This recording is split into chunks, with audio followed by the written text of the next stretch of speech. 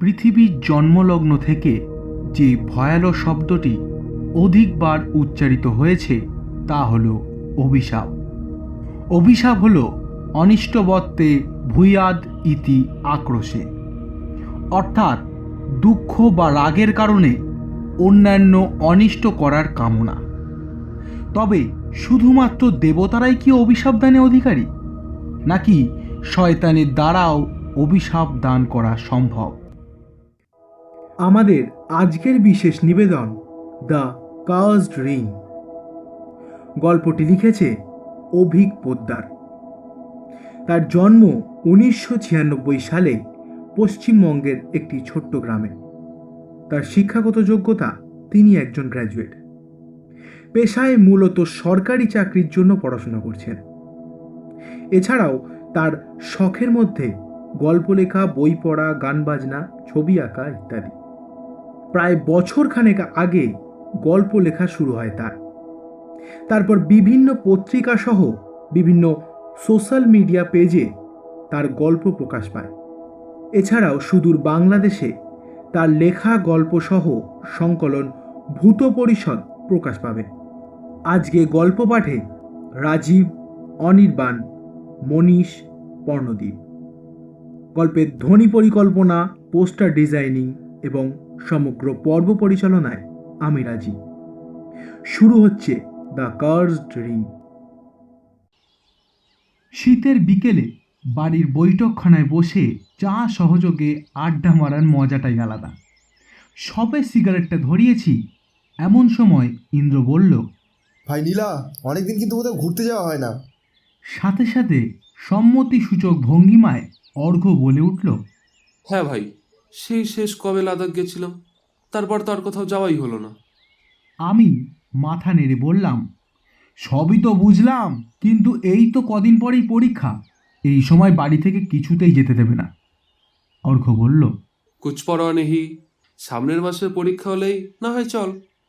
ইন্দ্র বলল, বেশ তো, তবে বাড়ি থেকেও আর আটকাবে না। আমি বললাম, সবই তো বুঝলাম, কিন্তু কোথায় যাওয়া যায় সেটাই তো এখনো ঠিক করা হলো না। সিগারেটের শেষাংশ ছায়দানিতে গুজে দিতে দিতে অর্ঘ্য বলল, আচ্ছা ভাই, এবার একটু দূরে কোথাও গেলে হয় না? না মানে অনেক দিন হলো তো কোথাও দূরে যাওয়া হয় না। ইন্দ্র বলল, বেশ তো, তবে বিদেশ ভ্রমণ আর মন্দ কি? আমি বললাম, অনেক টাকার ব্যাপার, অত টাকা নেই ভাই আমার। অর্ঘ্য বলল, আমার মাথায় একটা আইডিয়া এসেছে, অভয় দিস তো এই বেলা বলে ফেলি। ইন্দ্র বলল, অত ভনিতা না করে চটপট বলে ফেলো তো জাদু। অর্ঘ্য বলল, আমার এক দুঃসম্পর্কের আত্মীয় যুক্তরাষ্ট্রের ফ্লোরিডায় থাকে। ওখানে একবার উঠতে পারলে খরচের কেস অর্ধেক করা যাবে। আমি বললাম, ওখানেই তো বিখ্যাত কলোরাডো নদী, যা কিনা প্রশান্ত সাগরের সাথে মিশেছে। এই শুনে অর্ঘ্য বলল, ইয়েস ব্রাদার, ওয়ার্ল্ড ম্যাপ মনে আছে দেখছি। ইন্দ্র বলল, সবই ঠিক আছে, কিন্তু এত তাড়াতাড়ি কি সব ব্যবস্থা করা যাবে? অর্ঘ্য বলল, ডোন্ট ওয়ারি, আমার এক মেসো ট্রাভেল ব্লগার, দাঁড়া দেখছি আমি। আর দু চারটে কথার পরই অর্ঘ্য আর ইন্দ্র বিদায় জানিয়ে উঠে পড়ল। অর্ঘ্য ইন্দ্রর সাথে আমার পরিচয় সেই ক্লাস 2 থেকে। তারপর ধীরে ধীরে ওরা আমার ফ্যামিলি ফ্রেন্ডে পরিণত হয়েছে। আর সেই সাথে সাথেই আমাদের সম্পর্কের ভিত আরও দৃঢ় হয়েছে। এই তো 2 বছর আগে আমরা 3 জন লাদাখ থেকে ঘুরে আসলাম। উফ, কি রোমাঞ্চকর সেই সফর! তা চিরকাল মনের মণিকোঠায় বাঁধা থাকবে আমাদের। এর 2 দিন পরেই অর্ঘ্য ফোন করে জানালো, যাওয়ার সব বন্দোবস্ত রেডি।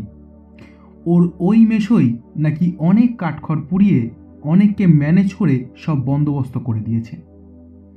পরীক্ষা শেষে আগামী 23শে জুলাই আমরা যুক্তরাষ্ট্রের উদ্দেশ্যে রওনা হব। সত্যি বলতে কি, আমাদের কারোরই টাকা নিয়ে বিশেষ অভাব ছিল না, বরং ঘুরতে যেতে লাখ লাখ টাকা খরচেও আমরা পিছুপা হওয়ার পাত্র না। 21 তারিখে পরীক্ষার পর 3 জনে শপিংয়ে গিয়ে কিছু প্রয়োজনীয় জিনিস কিনে আনলাম। প্রথমটায় বাড়ি থেকে আপত্তি জানালেও পরে আমাদের চাপে পড়ে সম্মতি দিল। ঠিক হলো যে 23 তারিখ সকাল 8টায় ওরা আমাদের বাড়িতে আসবে। তারপর সেখান থেকেই নেতাজি সুভাষচন্দ্র ইন্টারন্যাশনাল এয়ারপোর্টে যাওয়া হবে। কলকাতা থেকে যুক্তরাষ্ট্রের ফ্লোরিডায় যেতে প্রথমে কলকাতা থেকে নিউ দিল্লি এবং তারপর New Delhi to Miami flight ধরতে হয়। ফ্লোরিডায় অর্ঘের সেই দুঃসম্পর্কের দাদুর বাড়িতে ওঠার পর সেখান থেকে আমরা রওনা হব আমাদের মূল গন্তব্যস্থল গ্র্যান্ড ক্যানিয়নের উদ্দেশ্যে। ওই দাদুই সফরের সব ব্যবস্থা করে রাখবেন। যেমন কথা তেমনি কাজ। 23 তারিখ ঠিক 8টার সময় আমরা 3জন বাড়ির লোকজনদের বিদায় জানিয়ে রওনা দিলাম নেতাজি সুভাষচন্দ্র ইন্টারন্যাশনাল এয়ারপোর্ট দমদমের উদ্দেশ্যে। আমাদের দিল্লিগামী ফ্লাইট অর্থাৎ ফ্লাইট নম্বর 1130479 এয়ার ইন্ডিয়া সকাল 11:10 হাওড়া থেকে ট্যাক্সি করে সকাল ঠিক 10টায় আমরা পৌঁছে গেলাম দমদম এয়ারপোর্টে। তারপর চেকিং সেরে সকাল 10:50 নাগাদ আমরা উঠে পড়লাম ফ্লাইটে। দুটো উইন্ডো সিট ও একটা নর্মাল বার্থে চেপে ঠিক বেলা 1:30 নাগাদ আমরা পৌঁছে গেলাম ইন্দিরা গান্ধী ইন্টারন্যাশনাল এয়ারপোর্ট দিল্লিতে। সেখানে নেবে চা প্যাটিস খেতে খেতেই সময় হয়ে গেল পরবর্তী ফ্লাইট অর্থাৎ flight number 383027 Delhi to Miami via Helsinki and New York. Delhi থেকে 2 স্টপে মায়ামির দূরত্ব প্রায় 13,000 কিলোমিটার। ফ্লাইটে ওঠা মাত্রই মনের ভেতরে চাপা উত্তেজনার কাজ করতে শুরু করলো। আমরা 3জনই আগে বহুবার ফ্লাইটে উঠেছি, কিন্তু বিদেশ সফর এই প্রথম আমাদের। ঠিক 2:20 আমাদের ফ্লাইট হাওয়ায় ভেসে পড়ল। দিল্লি থেকে মায়ামি যেতে প্রায় 34 ঘন্টা মতো সময় লাগবে। ফ্লাইট ওড়ার কিছুক্ষণ বাদেই কফি ও চিকেন হটডগ এসে হাজির। দেখলাম উত্তেজনাবশত ইন্দ্র 2 হাত দিয়ে গোগ্রাসে সেসব গিলছে। খোশ মেজাজে পাশে বসে থাকা ইন্দ্রর সাথে 2-4টে কথা বলছি।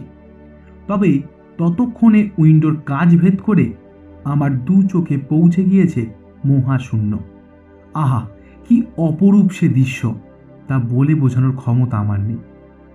সামনে থেকে অর্ঘ্য বলে উঠল, ভাই, এখান থেকে হেলসিঙ্কি যেতে কত সময় লাগবে? আমি বললাম, আমার আইডিয়া মোটামুটি ঘন্টা 18 মতো সময় লাগবে এখন। ইন্দ্র কানে হেডফোন গুঁজে বলল, তবে সাঁটি একটা ঘুম দেওয়া যাক, কি বলো ব্রাদার? প্রায় 18 ঘন্টা পর আমরা পৌঁছালাম আমাদের প্রথম স্টপ অর্থাৎ ফিনল্যান্ডের রাজধানী হেলসিঙ্কিতে। তারপর ফ্রেশ হয়ে আবার ফ্লাইটে উঠে পড়লাম আমাদের দ্বিতীয় স্টপ নিউ ইয়র্কের উদ্দেশ্যে। তারপর ডিনার সেরে ক্লান্তিতে সেদিনের মতো ঘুমিয়ে পড়লাম আমরা। নির্দিষ্ট স্থানে হেডফোনটা খুলে রাখতে রাখতে দেখলাম ইন্দ্র ও অর্ঘ্য দুজনেই অকাতরে নিদ্রাচ্ছন্ন। প্রায় 15 ঘন্টা পর আমরা পৌঁছালাম আমাদের দ্বিতীয় স্টপ নিউ ইয়র্কে। চারিদিকে জাঁকজমকপূর্ণ শহুরে কায়দা কানুন ও অনর্গল ইংরেজিতে কথোপকথন। কান যেন ঝালাপালা করে দিল তারা। প্রবাসীরা ঠিকই বলেন যে নিজের দেশের সীমানা পেরোলেই নিজের দেশের কথা সব থেকে বেশি মনে পড়ে। তা আমরা এখন উপলব্ধি করলাম। আরও প্রায় ঘণ্টাখানেক যাত্রার পর অবশেষে আমরা পৌঁছালাম ফ্লোরিডার প্রধান এয়ারপোর্ট অর্থাৎ মায়ামি ইন্টারন্যাশনাল এয়ারপোর্টে। ফ্লাইট থেকে নামতে নামতে দেখি ওয়েটিং স্টলে এক বৃদ্ধ লোক আমাদের নামাঙ্কিত প্লাকার্ড হাতে নিয়ে অপেক্ষা করছেন। ইন্দ্র সেই দাদুর সাথে আমাদের পরিচয় করিয়ে দিল। তারপর ক্যাব ধরে আমরা রওনা হলাম তার বাড়ির উদ্দেশ্যে। মিনিট 10 যাবার পর এক প্রকাণ্ড বাড়ির লনে আমাদের গাড়িটা থামল। অর্ঘ্যর দাদু অর্থাৎ মিস্টার সেন তিনি বললেন, চলো দাদু ভাইরা, নেমে পড়ো, এটাই কিন্তু আমাদের বাড়ি। গাড়ি থেকে নেমে মনোমুগ্ধকর দৃষ্টিতে বাড়ির দিকে চেয়ে আছি আমরা। এটাকে বাড়ি বলার চেয়ে বাংলো বলাই শ্রেয়। সাদা মার্বেল বাঁধানো প্রকাণ্ড দোতলা বাড়ি। বাড়ির চেহারা দেখে ভদ্রলোকের অতি উন্নত আর্থিক অবস্থার কথা বুঝতে পারলাম আমরা। চমক ভাঙল মিস্টার সেনের কথায়। উনি বললেন, অর্ঘ, তুমি তোমার বন্ধুদের নিয়ে ভেতরে এসো। এসো বাবারা। লন ভেঙে ভেতরে ঢুকতে ঢুকতে একজন চাকর গোছের লোক আমাদের লাগেজ নিয়ে দোতলার সিঁড়ি ধরল। চাকর গোছের লোক বললেও এখানকার সাহেব চাকরের অবস্থা আমাদের দিশি চাকরের চেয়ে ঢের ভালো। ডাইনিং টেবিলে খাবার সাজাতে সাজাতে মিস্টার সেন বললেন, অনেক দূর থেকে এসেছো, নিশ্চয় খুব ক্লান্ত। যাও ফ্রেশ হয়ে এসো, খাবার অলমোস্ট রেডি। উপরে উঠে ফ্রেশ হয়ে নিচে আসতে আসতে দেখি মিস্টার সেন ফোনে কার সাথে কথা বলছেন। অর্ঘ ফিসফিস করে বলল, আমাদের যাওয়ার ব্যাপারেই কথা বলছেন। কাল সকাল 10টায় আশেপাশটা একটু ঘুরে 12টা নাগাদ আমরা রওনা হব আমাদের মূল গন্তব্য গ্র্যান্ড ক্যানিয়নের উদ্দেশ্যে। ঠিক আছে? খাওয়া সেরে উপরে উঠে সিগারেট ধরিয়ে আমাদের কিছুক্ষণ কথাবার্তা চলল। তারপর ক্লান্তি ভরে যে যার মতো শুয়ে পড়লাম আমরা। বিছানায় শুতে শুতেই দেশের কথা, মা বাবার কথা বড় মনে পড়তে থাকলো। ওসব ভাবতে ভাবতেই যে কখন ঘুমিয়ে পড়েছি তা বুঝতেও পারলাম না। ভোরবেলা চোখ খুলতেই দেখি ইন্দ্র অনেক আগেই উঠে পড়েছে। পায়ের খোঁচায় অর্ঘ্যকে ডেকে দিয়ে বিছানা ছেড়ে উঠে পড়লাম। একে একে ফ্রেশ হয়ে নিচে নেমে দেখি মিস্টার সেন টেবিলে ব্রেকফাস্ট সাজিয়ে আমাদের জন্য অপেক্ষা করছেন। কেক, পাউরুটি, জ্যাম, বাটার, ফলের জুস এইসব দিয়ে ব্রেকফাস্ট সম্পন্ন করলাম আমরা। খেতে খেতে মিস্টার সেন বললেন, তোমাদের গাড়ি রেডি। আগে একটু আশেপাশটা ঘুরে নাও, কেননা ফ্লোরিডা শহরের শেষ প্রান্তে আর গ্র্যান্ড ক্যানিয়ন মধ্য প্রান্তে আছে। তাই যেতে মোটামুটি 2.5-3 দিন তো লাগবে। ট্রেনের ব্যবস্থা করতে পারতাম, কিন্তু ট্রেনে গেলে সেই মজাটা পাবে না। গাড়িতে গেলেই যখন খুশি গাড়ি থামিয়ে ঘুরে নিতে পারবে। ব্রেকফাস্ট সেরে আমরা 3জন বেরিয়ে পড়লাম ফ্লোরিডা শহরের আশপাশটা ঘুরতে। চমৎকার শহর এই ফ্লোরিডা। অল্প ঘন জনবসতিপূর্ণ এবং স্বাস্থ্যকর মনোরম পরিবেশ। ফ্লোরিডার শব্দের অর্থ হল ফুলের সংস্পর্শে সুরভিত। এই শহরের প্রধান ভাষা ইংরেজি হলেও স্প্যানিশ ভাষাভাষী প্রচুর মানুষ মূলত কাজের তাগিদেই এই শহরে বাস করেন। যেমন নাম তেমনই প্রাকৃতিক পরিবেশ। বিভিন্ন ধরনের শীতকালীন ফুল রাস্তার দুপাশ বরাবর ছড়িয়ে ছিটিয়ে রয়েছে।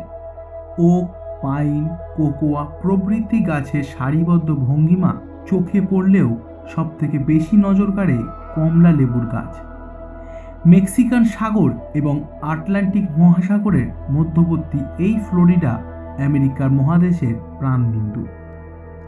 একটু এগোতেই প্রবাল মিশ্রিত একটি লেকে আমেরিকান এলিগেটর এবং ফ্লামিঙ্গো চোখে পড়ল আমাদের। ইন্দ্র তো আনন্দে রেলিংয়ের এপার থেকে বাচ্চাদের মতো দুবার হুস হুস করে শব্দ করে ক্ষান্ত দিল। অর্ঘ্য গুনগুন করে গান করতে করতে রং বেরঙের ফুলে হাত বোলাতে থাকল। সমগ্র আমেরিকা মহাদেশে ফ্লোরিডাই হলো একমাত্র জীবন্ত কোরাল রিফ। এভাবে একে একে মায়ামি আর্ট ডিপো এবং মায়ামি বিচ ঘোরার পর লাঞ্চ সেরে আমরা রওনা হলাম গ্র্যান্ড ক্যানিয়নের উদ্দেশ্যে। প্রথম দিন আটলান্টা পার করে আরও মাইল 10 যাবার পর একটি হোটেল দেখে আমাদের গাড়ি থামল। আমাদের গাড়ির ড্রাইভার কাম মেশোর ক্লোজ ফ্রেন্ড মিস্টার নর্ড মৃদু স্বরে বলল, আপনারা বরং এখানেই ডিনারটা সেরে ফেলুন। আমি ততক্ষণ একটা গেস্ট রুম বুক করে আসি। এতটা পথ জার্নি করে আমাদের শরীর ক্লান্ত হয়ে পড়েছিল। কোনো রকম খাবার মুখে দিয়ে গেস্ট রুমের সামনে যেতেই এক বেয়ারা চাবি দিয়ে দরজা খুলে দিল। রুমে ঢুকে ফ্রেশ হয়ে দড়াম করে 3জনেই খাটে এড়িয়ে পড়লাম। মাঝরাতে হঠাৎই একটা বাজে স্বপ্ন দেখে চিৎকার করে লাফিয়ে উঠে পড়লাম। ততক্ষণে আমার সারা শরীর ঘামে পুরো চুপচুপে ভিজে গিয়েছে। এদিক ওদিক তাকিয়ে দেখি ইন্দ্র অকাতরে ঘুমোচ্ছে। অর্ঘ্য আমার দিকে একবার ফিরে আবছা চোখে, আবার উল্টো দিকে ফিরে চিত হয়ে শুয়ে পড়ল। চোখে মুখে জল দিয়ে এসে আবার শুয়ে পড়লাম আমি, কিন্তু কিছুতেই আর ঘুম আসছিল না। সেই কালো বিড়াল ও সেই কুৎসিত অট্টহাসিপূর্ণ মুখ আমায় গ্রাস করতে থাকলো। এইভাবেই কখন জানি না নিজের অজান্তেই চোখ লেগে এসেছে। ভোরবেলা ঘুম ভাঙতেই দেখি অর্ঘ্য ও ইন্দ্র দুজনেই উঠে রেডি হয়ে গিয়েছে। সিগারেটে টান দিতে দিতে অর্ঘ্য বলল, চাঁদু, এত ঘুমালে চলবে? সকাল 7টা বাজে, এবার তো বেরোতে হবে নাকি? এই বলে অর্ঘ্য রুম থেকে বেরিয়ে যেতেই কাল রাতের স্বপ্নের কথা ইন্দ্রকে বললাম। কথাটা শুনতে শুনতে ইন্দ্র খানিক অন্যমনস্ক হয়ে পড়ল। আমি ফ্রেশ হতে উঠে পড়লাম। ফ্রেশ হয়ে এসে দেখি ইন্দ্র ওখানেই বসে আছে। আমি বললাম, ভাই সত্যি করে বলতো কি হয়েছে? ইন্দ্র অন্যমনস্কভাবে জবাব দিল, কাল রাতে আমিও প্রায় একই রকম স্বপ্ন দেখেছি রে। ইন্দ্রর এই হাল দেখে আমি বললাম, ধুস চল তো, স্বপ্ন তো স্বপ্নই হয়, তাই কি না? কখনোই ওটা বাস্তব হয় না। এই বলে ইন্দ্রর হাত ধরে বাইরে চলে এলাম আমরা। ব্রেকফাস্ট সেরে গাড়ির সামনে গিয়ে দেখি অর্ঘ্যবাবু ঠিক সামনের সিটটাই দখল করে নিয়েছেন। অগত্যা আমি আর ইন্দ্র পেছনে উঠতেই মিস্টার নর্ড গ্র্যান্ড ক্যানিয়নের অভিমুখে গাড়ি ছোটালেন। এলবামা পার করে আরাকানসে ঢুকতেই মিসিসিপি নদী আমাদের চোখে পড়ল। মনের সব মেঘ উথাল পাতাল করে দিল। তারপর চওড়া রাস্তা দিয়ে আমরা পৌঁছালাম ওকলাহোমার উইচিটা মাউন্টেনের ঘন বন্য পরিবেশে। মেঘমুক্ত আকাশ ও শ্রান্ত আবহাওয়ায় শরীরে বল যেন দ্বিগুণ বাড়িয়ে দিল আমাদের। টেক্সাসের আমারিলোর পাশে অবস্থিত সুন্দর প্যালো ডুরো ক্যানিয়ন স্ট্রিট পার্কের সামনে আমাদের গাড়ি থামাতে বাধ্য হলাম। আমাদের রাস্তা অবরোধ করেছে একদল পালকহীন ঈগল। এর পাশেই একটি রেস্টরুমে আমরা সেদিনের মতো রাত্রিবাস করলাম। সেদিন রাতে আমাদের সাথে আর একটি ভয়ানক ঘটনা ঘটে গেল। সবাই শুয়ে পড়ার পর অনেকক্ষণ শুয়ে থেকেও যখন ঘুম আসলো না, তখন উঠে গিয়ে দাঁড়ালাম জানালার ধারে। সবে সিগারেটটায় 2-3 টান মেরেছি, দেখি জানলার ওপাশে আবছা একটি অবয়ব যেন আমার দিকে ঠিক তাকিয়ে ফিকফিক করে হাসছে। মনে হলো তার চোখের মণি দুটো যেন আমার মুখ লক্ষ্য করেই ঘুরছে। জানালার পর্দা টেনে অর্ধ জ্বলন্ত সিগারেট ছাইদানিতে গুজে দিয়ে তখনকার মতো মনকে সান্ত্বনা দিতে থাকি। কিন্তু দোতলার জানলায় রেলিংবিহীন জায়গায় মানুষের পক্ষে তো দাঁড়িয়ে থাকা ইম্পসিবল। যাক, সকাল থেকে সেসব দুশ্চিন্তার অবসান ঘটল। তার ফলে মনের উদ্যম এবং সাহস দুটোই ফিরে পেলাম আবার। ঘন্টা 2 অতিক্রম করার পর আমরা যখন অ্যারিজোনাতে পৌঁছালাম তখন বেলা 1:30। কিছুক্ষণ আগে গাড়িতেই লাঞ্চ সেরে নিয়েছিলাম আমরা, ফলে চটপট নেমে পড়লাম এত সুন্দর দৃশ্য দেখার আশায়। প্রকৃতির অপরূপ সৌন্দর্য, আদিবাসী আর উপত্যকাগুলো এই প্রদেশকে করেছে আমেরিকার 10টা প্রদেশের থেকে পুরো আলাদা। এই প্রদেশের বিশ্ববিখ্যাত গ্র্যান্ড ক্যানিয়নের চাক্ষুষ সাক্ষী হতে সারা পৃথিবী থেকে পর্যটকরা ছুটে আসে এখানে। লুফে নেয় অ্যারিজোনা ভ্রমণের দুর্দান্ত সুযোগ। ফিনিক্স আর সেডানোর মতো শহর যে প্রদেশের অন্তর্ভুক্ত, সেই অ্যারিজোনাতে আসে প্রাগৈতিহাসিক যুগের সব নিদর্শন। ঐতিহাসিক ভুতুড়ে নগর, মরুভূমি, হ্রদ, পর্বতমালা, জলপ্রপাত, এমনকি স্কি করা যায় এমন আগ্নেয়গিরি। মূলত আগ্নেয়গিরি, উপত্যকা ও জলপ্রপাত প্রদেশ হিসেবেই পর্যটকদের কাছে অ্যারিজোনা হয়ে উঠেছে একটি অভাবনীয় স্থান। কিন্তু আমাদের মূল গন্তব্য বিখ্যাত কলোরাডো নদীতে প্রাকৃতিকভাবে গড়ে ওঠা জলপ্রপাত গ্র্যান্ড ক্যানিয়ন। আরও শুনেছি যে যাযাবর শিকারী সংগ্রহকারীদের ছোট ছোট দলগুলির সাথে শুরু করে স্থানীয় আমেরিকানরা কমপক্ষে 8,000 বছর ধরে কলোরাডো নদীর অববাহিকায় বসতি স্থাপন করেছে। মিস্টার নর্ড আগে বহুবার এই স্থানে এসেছেন, তাই তিনি হোটেলেই ফিরে গেলেন। মন মাতানো উত্তাল হাওয়ার স্রোতে কখন যে মশগুল হয়ে পড়েছি তা মনে নেই। হঠাৎ অর্ঘ্য বলল, কি ভাই, জায়গাটা কেমন? বলেই তো ছিলাম পছন্দসই হবে। ইন্দ্র বলল, না ভাই, যা বলিস, বিদেশ ভ্রমণ কিন্তু আমাদের সার্থক হলো। আমি কোনো উত্তর দিলাম না, কেননা তখন আমার মাথায় ঘুরছে একটা নৌকা নিয়ে কলোরাডো নদীতে ভেসে পড়ার কথা। ইন্দ্র ও অর্ঘ্যকে ইচ্ছাটা বলতেই ওরা তো এক পায়ে রাজি। অ্যাডভেঞ্চার আমাদের সকলেরই প্রিয়, তাই একটু খোঁজাখুঁজির পর বেশ কিছু ডলারের বিনিময়ে একটা ছোট মতো নৌকাও জোগাড় হয়ে গেল। অতঃপর নৌকায় চেপে 3 বন্ধু ভেসে পড়লাম নদীর বুকে। ঠিক হলো আমরা 3 জনেই পালা করে নৌকার দাঁড় বাইব। নদী পথে কিছু দূর যেতে যেতে স্রোতের তেজ বাড়তে লাগলো।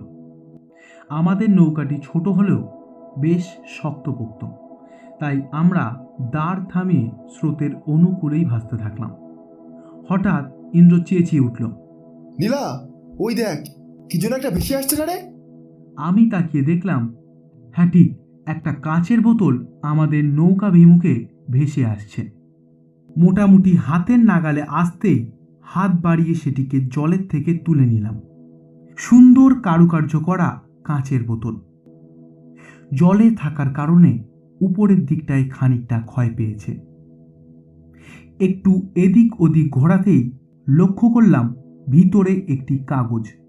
অর্ঘ্য বলল, ধর ওসব ছাড় তো, পরিবেশের স্নিগ্ধতা উপভোগ কর। কিন্তু ততক্ষণে বোতলটি সম্পর্কে আমার কৌতূহল বহু গুণে বৃদ্ধি পেয়েছে। অর্ঘ্যর কথায় বিশেষ ভ্রুক্ষেপ না দিয়ে হাতে রাখা বোতলটির ওপরে দৃষ্টি নিক্ষেপ করলাম। মাঝারি সাইজের সুচারু কারুকার্য করা বোতল। মাথার কর্কের ছিপিটার ওপর 2-1 বার টানাটানি করতেই ছিপিটা খুলে গেল। এরপর সযত্নে বোতলটির মধ্যে থাকা কাগজটিকে বের করলাম। বোতলটিকে সাইডে রেখে কাগজটি খুলতেই প্রথম যা লক্ষ্য করলাম তা হলো এটা সাধারণ কাগজ নয়, বরং আদতে একটি চিঠি। দীর্ঘদিন বোতলে বন্দি থাকার ফলে সাদা কাগজের উপর লালচে ছাপ পড়েছে। সুস্পষ্ট ইংরেজি হরফে লেখা চিঠিটি। সযত্নে হাতে ধরে পড়তে শুরু করলাম। সন 1941, স্থান পার্ল হারবার, হাওয়াই দ্বীপপুঞ্জ। আমি ওয়াল্টার শর্ট, আমেরিকা নৌবাহিনীর BB-37-এ নৌমহড়ার সেনাধিপতি। 7ই ডিসেম্বর সকাল 7:10 হঠাৎই জাপানি নৌবাহিনী ও এয়ারফোর্স মার্কিন প্রদেশের অন্তর্ভুক্ত এই পার্ল হারবারে আঘাত হানে। খবরটা রেডিও ট্রান্সমিশন মারফত আমাদের কাছে আসতেই শুরু হয় যুদ্ধের তোড়জোড়। এরিয়া ম্যাপ দেখে প্ল্যানিংয়ের পর ঠিক হয় আমি এবং হাজব্যান্ড কিমেল এই মিশনের প্রতিনিধিত্ব করব। সেই মতন লাইফ জ্যাকেট পরে আমরা দুজনেই মহড়া সাজাতে উদ্ধত হই। জাপানি নৌবাহিনীর প্রতিনিধিত্ব করছিলেন চুইচি নাগুমো ও ইসোরোকু ইয়ামোতো। ক্রুইজার ও ডেস্ট্রয়ারের মাধ্যমে অ্যাটাক শুরু হওয়ার পরই প্রথম দিকটা আমরাই অ্যাডভান্টেজ জোনে ছিলাম। অল্প কিছুক্ষণের মধ্যেই একটি জাপানি সাবমেরিন আমাদের কবজায় চলে আসে। প্রবল গোলাগুলির পর আমি ও কিমেল 2-4 জন জওয়ানকে নিয়ে একটি লাইফ বোটে সেই সাবমেরিনের উদ্দেশ্যে রওনা দিই। কিছুক্ষণের মধ্যেই সাবমেরিনে পৌঁছে দেখি সেখানে প্রায় সকলেই মৃত। সাবমেরিনের ড্রাইভারকে সার্চ করতে গিয়ে দেখি তার পকেটে একটি ছোট্ট কৌটো। তখনকার মতন কৌটোটিকে পকেটে ভরে বাকিদের সার্চ করে অস্ত্রশস্ত্র লুট করি। তারপর সাবমেরিনটির সেফটি ভালভ খুলে উঠে পড়ি আমাদের বোটে। বোটে উঠে পকেট থেকে চুরুট বার করতে গিয়ে হাত লাগায় সেই কৌটোটির কথা আমার মনে পড়ে। কৌটোটি কারুকার্য করা আইভরি শিল্ডের। কৌটোর ঢাকনা খুলতেই একটি মূল্যবান ধাতু নির্মিত আংটি চকচক করে উঠল। আংটির উপরে সূক্ষ্ম কারুকার্য করা একটি বিদঘুটে মুখের হাসির ছাপে চোখ পড়তেই বুকটা এক মুহূর্তের জন্য দুরুদুরু করে উঠল। আমার এমন অবস্থা দেখে আশেপাশের জওয়ানরাও আর তেমন প্রশ্ন করল না, তবে তাদের মুখে ভয়ের ছাপ স্পষ্ট। বিশ্বাস করুন, আংটিটি সম্মোহিত ক্ষমতার অধিকারী। মনে মনে ভাবতে লাগলাম, সামান্য এক নাবিকের কাছে কি করে এরকম একটি মহামূল্যবান আংটি আসলো। যাই হোক, তখনকার মতো চিন্তাটা উড়িয়ে আংটিটি সযত্নে আঙুলে পড়ে নিয়ে ফাঁকা কৌটোটি পকেটে পড়ে চুরুটে মনোনিবেশ করলাম। জাহাজে ফিরে কন্ট্রোল রুমে বসে আছি, এমন সময় কিমেল জিজ্ঞাসা করলো, পারাবেন শার্ট? কি এক ভয়ানক আংটির ব্যাপারে বাইরে জওয়ানরা কানাঘুষো করছে শুনলাম। ডান হাতটা বাড়িয়ে কিমেলের সামনে ধরতেও সেও আংটিটি দেখে প্রথমটায় ভয় পেল, তারপর বলল, যাকগে ছাড়ো ওসব। র্যাডারে দেখলাম আরও 2টি জাপানি সাবমেরিন ও একটি যুদ্ধজাহাজ আমাদের দিকে অগ্রসর হচ্ছে। এক্ষুনি সেগুলোকে প্রতিহত করতে না পারলে সমূহ বিপদ। আমি তড়িঘড়ি রুমের বাইরে বেরিয়ে আসতেই 2জন জওয়ান এসে জানালো, আমার হাতের আংটির উপরে খোদাই করা মূর্তিটি নাকি জাপানি মাইথোলজি এক ইভিলের, এবং এগুলো নাকি ভীষণ অশুভ। আমি বিজ্ঞান মনস্ক লোক, তাই এসবে পাত্তা না দিয়ে বললাম, হ্যাঁ ওসব কুসংস্কার, আমি ওসব মানি টানি না। এই আংটি আমার ভীষণ পছন্দ হয়েছে, তাই আমি এটা হাত থেকে খুলব না। এসব শুনে সেনাবাহিনীর জওয়ানদের মুখে হালকা অসন্তোষ ফুটে উঠলে ভয়ে তখনকার মতন কেউ মুখ খুলল না। অসন্তোষ ঘনীভূত হলো পরদিন বিকেলে, যখন আমাদের আরেকটি প্রবল শক্তিশালী জাহাজ জাপানি সামান্য লাইট ক্রুইজারের কাছে বাজেভাবে পরাজিত হলো। এরপর কয়েকজন সৈনিক আমার বিরুদ্ধে বিদ্রোহ করে বসল। তাদের বিশ্বাস, এই অভিশপ্ত আংটি নাকি আমাদের এই জাহাজের পরাজয়ের প্রধান কারণ। যুদ্ধের সময় নিজের টিমে অসন্তোষ দানা বাঁধতে দিতে নেই, তাই আমি ও কেলেন বিদ্রোহকারীর প্রধান ম্যাক্স মুলারকে গুলি করে হত্যা করলাম। এই দেখে বাকি সৈন্যরা প্রবল ভয় পেল। ক্রমে এই অসন্তোষ চাপা পড়ে যাচ্ছিল। হঠাৎই আমাদের টিমের সুপার সাবমেরিনের প্রধান মিস্টার স্যামুয়েল বিশকি নিজেই নিজের ঘরে আত্মহত্যা করে বসলেন। তার মৃতদেহে একটি আঙুল নিখোঁজ হওয়ায় সেই অভিশাপের ধারণা আবার চাঙ্গা হলো। ইতিমধ্যে আরও 2-4 জন এসে বারে বারে আমাকে সেই আংটি পরিত্যাগের অনুরোধ জানালেও আমি জেদ চেপে যাওয়ায় আমি অস্বীকার করলাম। এর কিছু ঘন্টা পরই হঠাৎই আমাদের একজন ক্রু মেম্বার পাগল হয়ে যাওয়ায় আমি ও কেলেন পরামর্শ করে তাকে মৃত্যুদণ্ডে দণ্ডিত করলাম। ইতিমধ্যে যুদ্ধে আমাদের পরিস্থিতি ক্রমশ খারাপ হতে থাকলো। খবর আসে 4টি মার্কিন যুদ্ধজাহাজ তাৎক্ষণিকভাবে ডুবে গেছে। এছাড়াও অন্য 4টি যুদ্ধজাহাজ মারাত্মকভাবে ক্ষতিগ্রস্ত হয়েছে। আরেকটি ডুবোজাহাজ সমুদ্রের গভীরে যাওয়ায় ক্ষতিগ্রস্ত হয় এবং টর্পেডোতে আগুন ধরার পূর্ব মুহূর্তে নাবিকেরা এটিকে পরিত্যক্ত ঘোষণা করে। এরপর থেকে ধীরে ধীরে সৈনিকেরা আমার ও কিমেলের বিরুদ্ধে অসন্তোষে ফুঁসতে থাকে। তারপর একসময় হঠাৎই কিমেলকে আক্রমণ করে বসায় তাদের সকলকে গুলি করতে আমি বাধ্য হই। হালকা চোটে কিমেল কাবু হয়ে পড়ে। এখন জাহাজে কেবল আমি আর কিমেল। সামান্য শুশ্রূষার পর কিমেল সুস্থ হয়ে উঠলেও সেই প্রাণবন্ত ভাবটা আর কোনোদিনই ফুটে ওঠেনি। তারপর হঠাৎই কিমেলের ভুল বকা শুরু হয়। মাঝে মাঝে চিৎকার করে বলতে থাকে, কে ওখানে? না না না, আমি যাব না, আমি বাঁচতে চাই। তারপর থেকে মাঝে মাঝে নাকি কিমেল সেই আংটির মুখবায়কটিকে দেখতে পেত। সে নাকি কিমেলের দিকে চেয়ে ভয়ানক হাসি হেসে কিমেলকে তার দিকে ডাকত। এইটুকু পরে ভয়ে আমার শির দ্বারা বেয়ে একটা শীতল স্রোত প্রবাহিত হতে থাকলো। এদিক ওদিক চেয়ে দেখি ইন্দ্র ও অর্ঘ্য যে যার মতো এদিক ওদিক চেয়ে আছে। হঠাৎ সেই দিন জানলার সেই প্রতিবিম্বটার কথা মনে পড়তেই শরীর ঠান্ডা হয়ে এলো আমার। শরীর ঝাড়া দিয়ে আবার পড়তে শুরু করলাম। এর 2 দিন পর জাপানি সেনা দ্বারা আমাদের আরও কিছু যুদ্ধজাহাজ সম্পূর্ণ ধ্বংসপ্রাপ্ত হয়। আর ঠিক সেই দিনই সন্ধেবেলা ঘটে যায় এক ভয়ানক অবিশ্বাস্য ঘটনা। ভারাক্রান্ত হৃদয়ে রেলিং ধরে দাঁড়িয়ে আছি, দেখি রেস্ট রুমের দরজা খুলে কিমেল কি যেন বিড়বিড় করতে করতে এগিয়ে যাচ্ছে উপরে রেলিংটার দিকে। আমি চিৎকার করে ডাকলেও সে ডাক ওর কানে গেল না। ওকে দেখে মনে হলো ও যেন কাউকে অনুসরণ করছে। তারপর রেলিংটার সামনে গিয়ে এক মুহূর্ত স্থির হয়ে কোনো রকম সরঞ্জাম ছাড়াই ঝপাত করে নদীর জলে ঝাঁপ মারল। দৌড়ে ছুটে রেলিংয়ের পাশে গিয়ে অন্ধকারে ওকে আর দেখতে পেলাম না। হয়তো নদীর অতল স্রোতে ওর শরীরটা মিলিয়ে গেছে এক মহাশূন্যে। বোকার মতো খানিকক্ষণ রেলিং ধরে দাঁড়িয়ে রইলাম। এখন পুরো জাহাজে আমি একাই অবশিষ্ট। তারপর হঠাৎ আংটির দিকে চোখ যাওয়ায় দেখি সেই আংটির অবয়বটি আমার দিকে তাকিয়ে হাসছে। ভয়ে পরের দুদিন জাহাজের অন্ধকারের ঘরে একা বসে পূর্বের ঘটনাগুলো ভাবতে থাকলাম। তারপর জাপানি জাহাজ কর্তৃক অবধারিত পরাজয় বুঝে আমার দীর্ঘ এই ভয়ানক অভিজ্ঞতার কথা চিঠিবদ্ধ করলাম। মৃত্যুমুখে গোপনে এই চিঠি ও সেই ইভেলের অভিশপ্ত আংটিটিকে বোতলবন্দি করে ভাসিয়ে দিলাম প্রশান্ত মহাসাগরের উত্তাল জলে। প্রায় সন্ধে হয়ে এসেছে। চিঠি পড়া শেষ করে এক মুহূর্তে ভয়ে আমার শরীর কাঁপতে থাকল। স্থির হয়ে পাশে তাকিয়ে দেখি ইন্দ্র কখন জানি না সেই বোতল থেকে আংটিটি বের করে আঙুলে পড়ে ফেলেছে। কিছু বোঝবার আগেই দেখলাম ইন্দ্রর চোখ মুখ ধীরে ধীরে বদলে যাচ্ছে এক অভিশপ্ত রাক্ষসে। অর্ঘ্য অন্যদিকে তাকিয়ে অন্যমনস্কভাবে বসেছিল।